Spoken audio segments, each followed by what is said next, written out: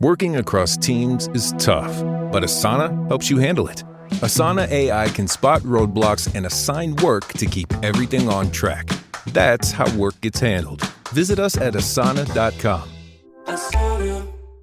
If you work in university maintenance, Grainger considers you an MVP because your playbook ensures your arena is always ready for tip-off. And Grainger is your trusted partner, offering the products you need all in one place, from HVAC and plumbing supplies to lighting and more. And all delivered with plenty of time left on the clock, so your team always gets the win. Call 1-800-GRAINGER, visit Grainger.com, or just stop by.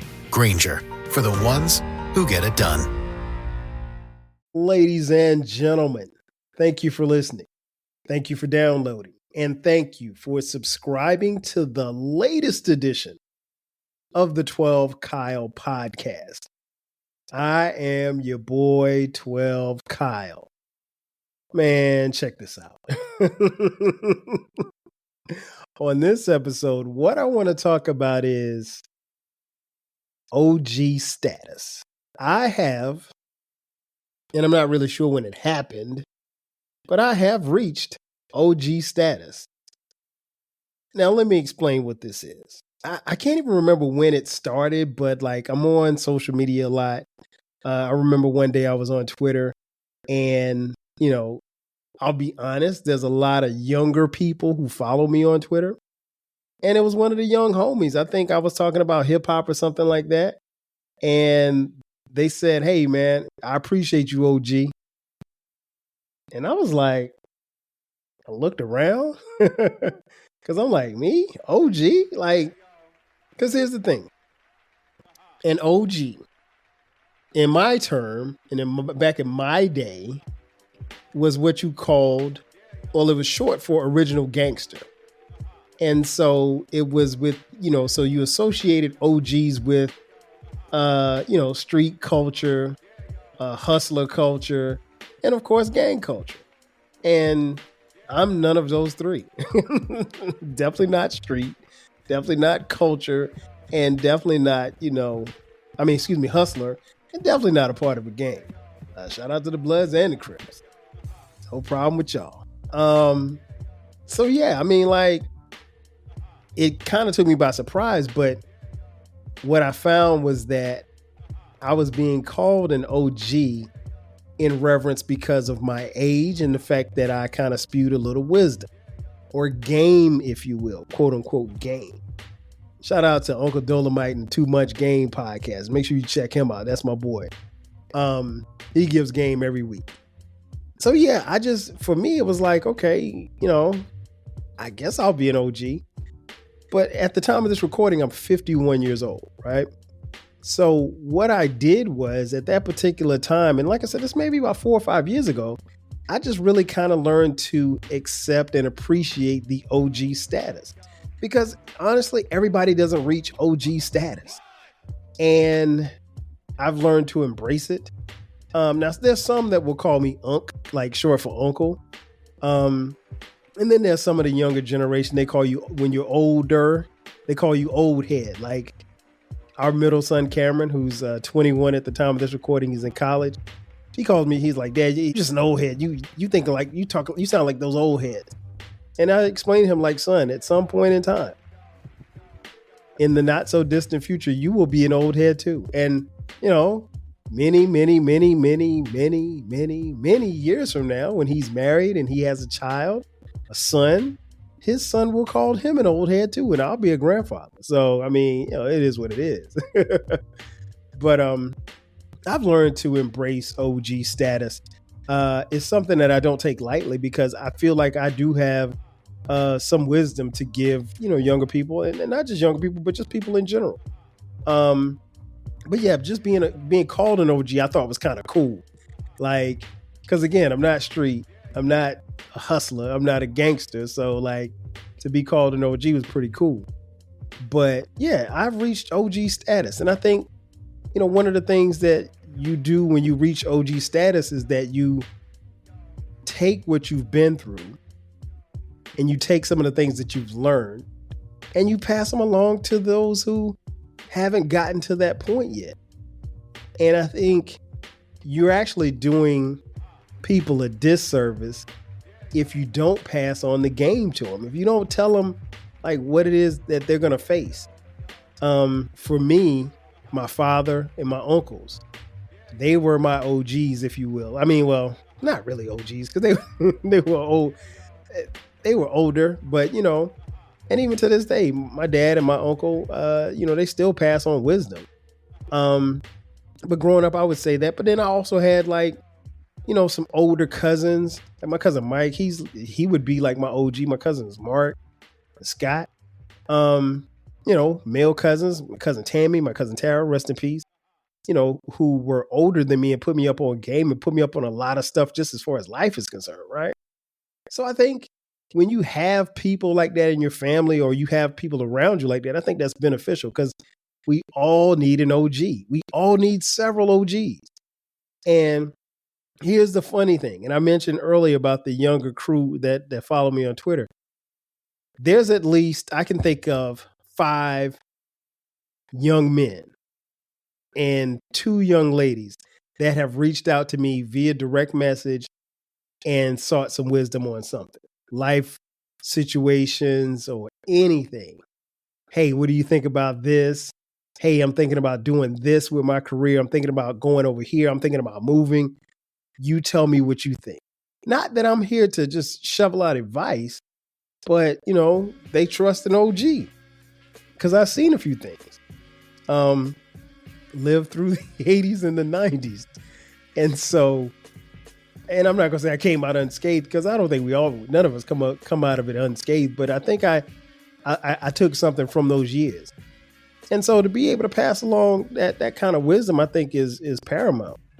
But I will say this much. In reaching OG status, there's some things that I learned along the way, and I'll share a few of those with you. One of the things that I learned along the way of becoming an OG is to find something or someone to laugh at every single day. Listen, there's nothing better than laughter.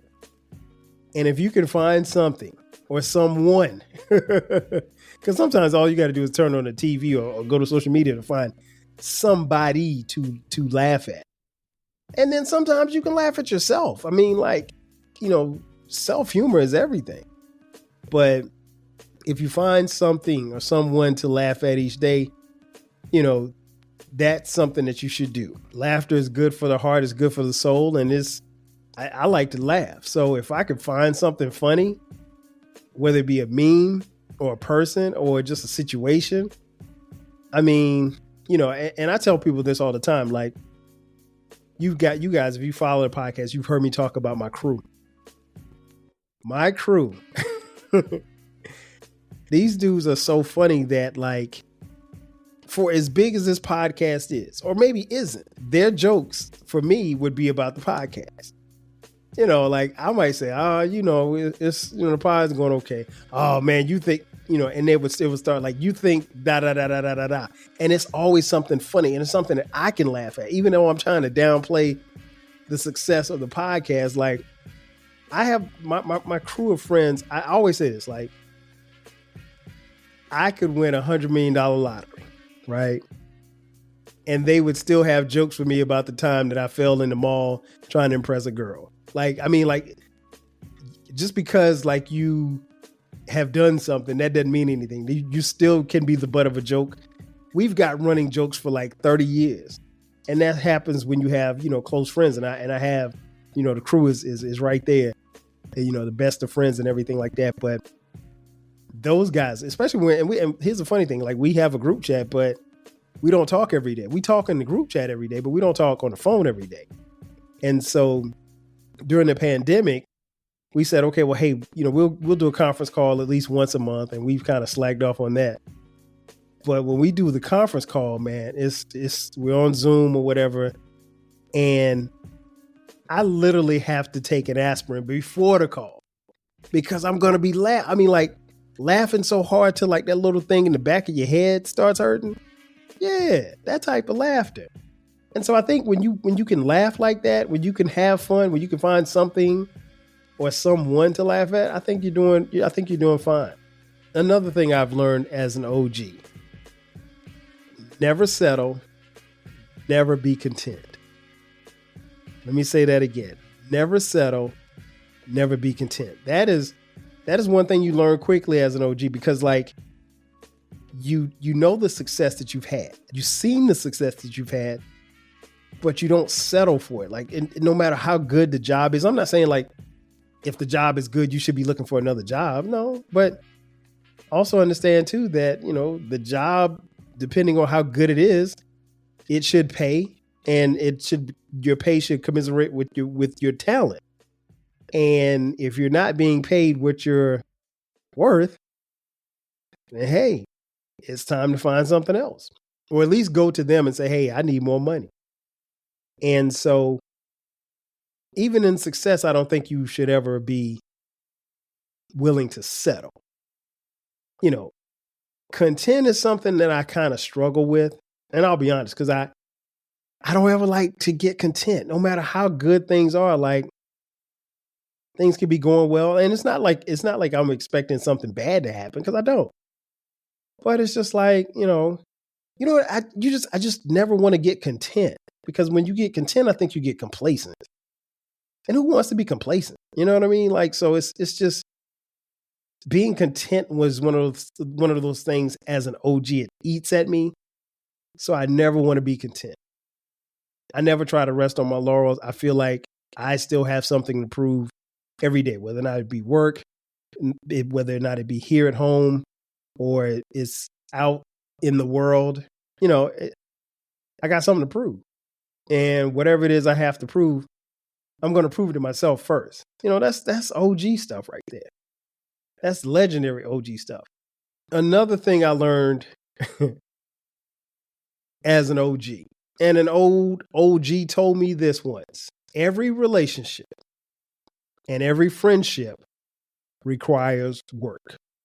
Let me say that again. Every relationship and every friendship requires work. So it doesn't matter if you and Tommy haven't talked in 5 years. Whose fault is it that you and Tommy haven't talked? You could sit there and say, well, hey, my phone number hasn't changed. And he could say, well, hey, my phone number hasn't changed.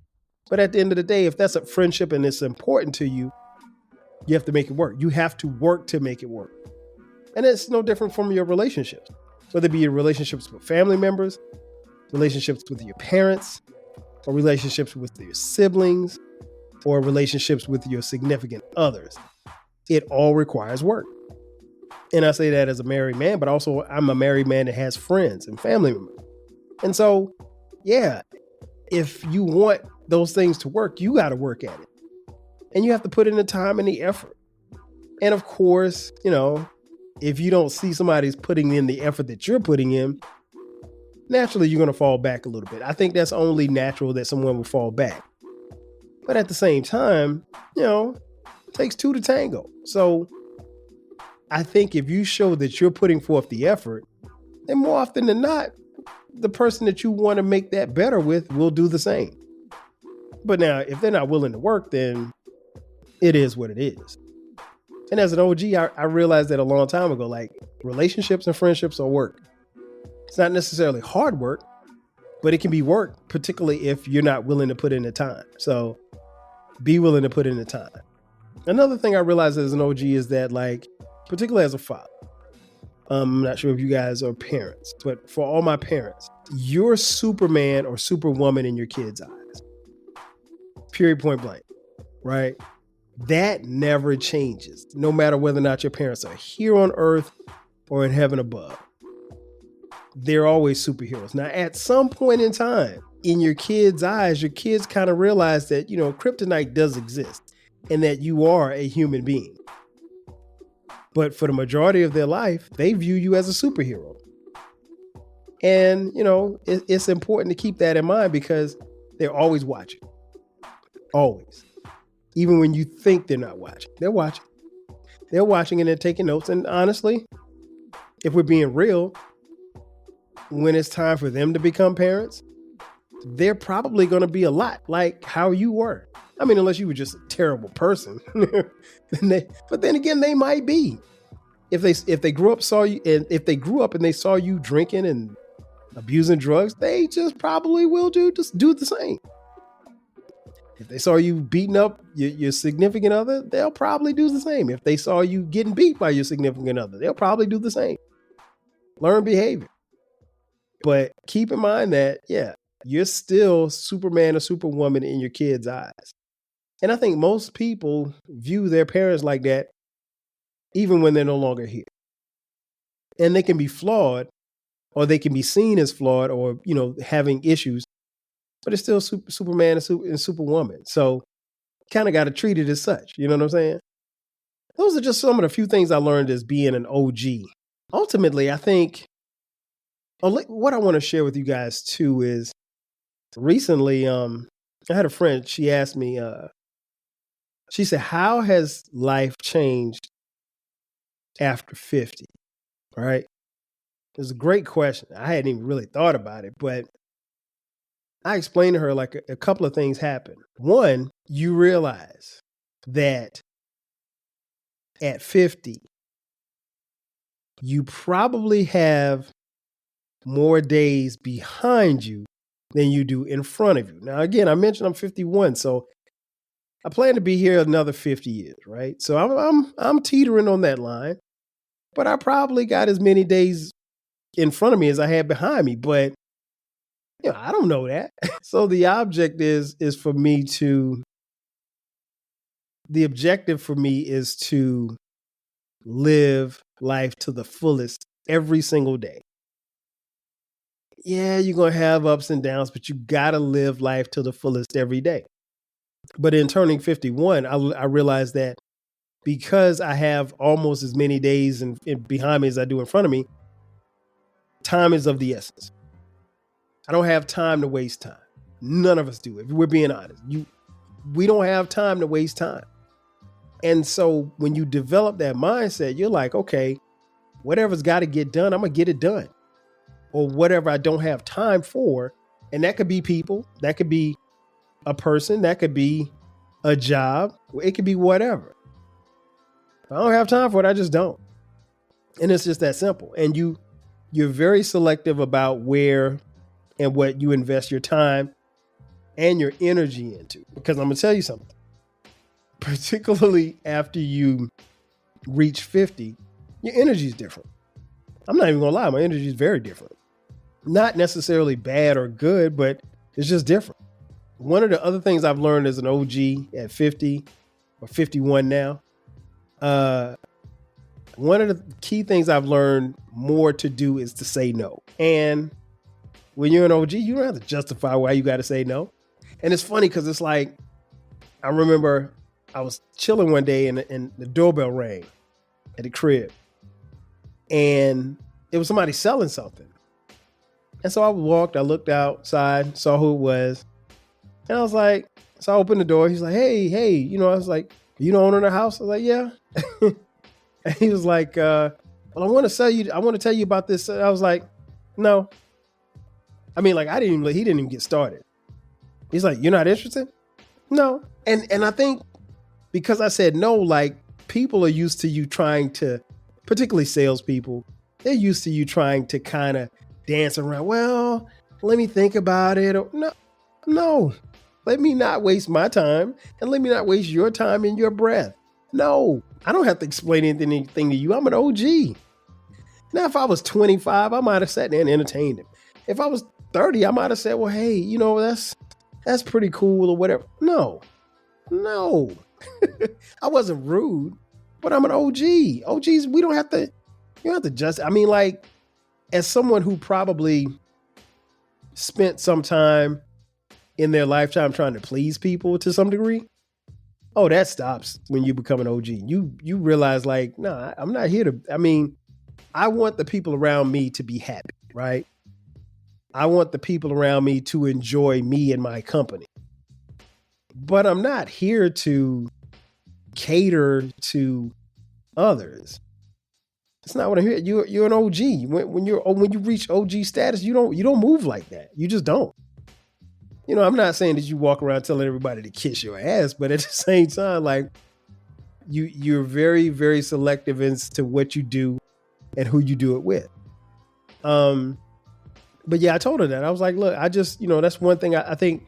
And another thing about reaching OG status is that like your level of focus is turned up a notch. So you're focused on whatever you're focused on. The focus is laser sharp. I mean, like, I can honestly say there's things that I'm focused on now way more so, and this podcast being one of them, way more so than I've ever been before in my life about any other thing. Or maybe, well, I won't say every other thing, but some things. And I think maybe that's partly because like you just think like, at 25, you got a bunch of time to get stuff done.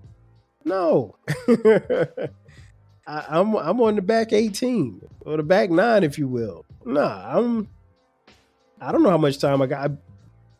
God willing, again, 51 more years here. But I don't know that. But I tell you what, I'm going to go and do everything that I want to do, how I want to do it, when I want to do it, where I want to do it, in that time frame, in my time, on my time, with the people that I want to do it with. And I think that's important. But no, once you reach OG status, you don't have to... You don't have to cater to people. You don't have to take stuff off of people. You just don't. I mean, like, because you realize, like, nah, I ain't on that time. And if you did, let's just say that you did at one point in time in your life. Nah, I ain't on that kind of time now. I'm an OG. You got to respect the OGs. So, I think one of the things that I've learned over this period of time is that, like I said, being able to embrace it, the lessons that I've learned, the things that I carry with me and the wisdom that I impart to others. I think that's important, but it's also important not to lose me. Because at the end of the day, I got me. And the reality is you are the only person that you'll never leave. Honestly. And you came here alone, you're going to leave here alone.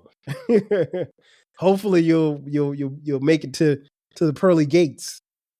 Some of y'all ain't gonna make it, but that's another story for another day. But ultimately, no, I sincerely enjoy being called an OG. I don't excuse me, I don't mind being called Unc. I don't even care about being called an old head, but I'm definitely an OG. And I was inspired when I saw the cover art here. The cover art, as you're looking at it, on YouTube, for those of you watching on YouTube, thank you for watching. I was actually in this picture. I was on a flight, and no King Germ. It wasn't a private plane. King Germ is stupid. Shout out to King Germ from Pod and Saved Our Marriage. Check out his podcast as well.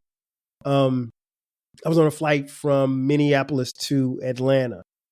And I took that picture, or maybe somebody took the picture of me. I said, take a picture of me. And I was like kind of chilling, looking out the window, thinking, and it was like 8 feet of snow on the ground. And it just always takes me back to this picture. And it's like, that was a young G, and now I'm the OG. So I had to choose this picture for this particular episode. But no, it's, in conclusion, I mean, being an OG is cool. I don't mind being called an OG. I actually wear it with a sense of pride, a sense of accomplishment, and also a sense of understanding who I am, where I'm going, and what I want to do. And as an OG, I think you have to be an example too at the same time, because again, people are watching. People who especially like being an OG now and being able to reach people, like there's somebody that's listening to this episode in China. There's somebody that's listening to this episode in the UK. I don't know nobody in China. I don't know nobody in the UK. But they're going to listen to this episode like, yeah, that's my OG right there. and my boy Baylor, shout out to BTG for President, his podcast. Baylor the Great, his podcast. He always says, like, I'm the big brother that you never knew you had. You never knew that you needed. And I appreciate that. That's one of the greatest compliments you can give someone. And that's what being an OG is about. I don't have to necessarily tell you what to do. I could just give you a jewel here or there, and you kind of go with it. But ultimately, I think it's important that I impart information. And I think everybody's not worthy of your information, but those who seek it, give it to them. And as an OG, it's your duty and your job to make sure that you get the point across. Because somebody gave the game to you, it's only right to spread love. That's going to do it for me. Ladies and gentlemen, thank you for checking out this edition of the 12 Kyle podcast. Be sure to subscribe to the podcast. The podcast drops every Thursday at midnight. From time to time, we drop bonus episodes on Sundays at midnight. If you're on YouTube, go to YouTube. 12 Kyle podcast is on there. Hit the subscribe button, hit the like button, hit the notification button so you can get all the notifications when the episode drops. We have audio and visual for every episode. Leave comments too. Love comments. I love reading comments. If you're on Spotify, you can listen on Spotify and leave a comment on Spotify as well. We're also on Apple Podcasts, SoundCloud. Anywhere you get your podcast, that's where you can find this podcast. If you're on social media, it's 12 Kyle. 12 Kyle Podcast on Twitter X, Threads, Instagram, Facebook, and TikTok is 12 Kyle Podcast. And if you feel so inclined, you want to throw a couple of dollars our way, throw them. I'll catch them. I promise. I'm a wide receiver. Hit us up on Cash App, $TWELVEKYLE. And also in the description box, you can check the link for merch. That's right. We have 12 Kyle Podcast t-shirts, hoodies, mugs. Shout out to my man, Lamp. Lamp donated to the show on the Cash App. Shout out to Lamp. Salute the Lamp. And shout out to the homie Rodis Live Podcast. Rodis dropped, he actually bought a t-shirt. So shout out to Rodis as well. I appreciate anybody that supports this podcast. Thank you for listening again. I am your boy, 12 Kyle. I'll catch you guys next time. 5Gs. Cheers. When you manage procurement for multiple facilities, every order matters. But when it's for a hospital system, they matter even more. Grainger gets it and knows there's no time for managing multiple suppliers and no room for shipping delays. That's why Grainger offers millions of products in fast, dependable delivery, so you can keep your facility stocked, safe, and running smoothly. Call 1-800-GRAINGER, click Grainger.com, or just stop by. Grainger, for the ones who get it done. If you work in university maintenance, Grainger considers you an MVP because your playbook ensures your arena is always ready for tip-off. And Grainger is your trusted partner, offering the products you need all in one place, from HVAC and plumbing supplies to lighting and more. And all delivered with plenty of time left on the clock, so your team always gets the win. Call 1-800-GRAINGER, visit Grainger.com, or just stop by. Grainger, for the ones who get it done.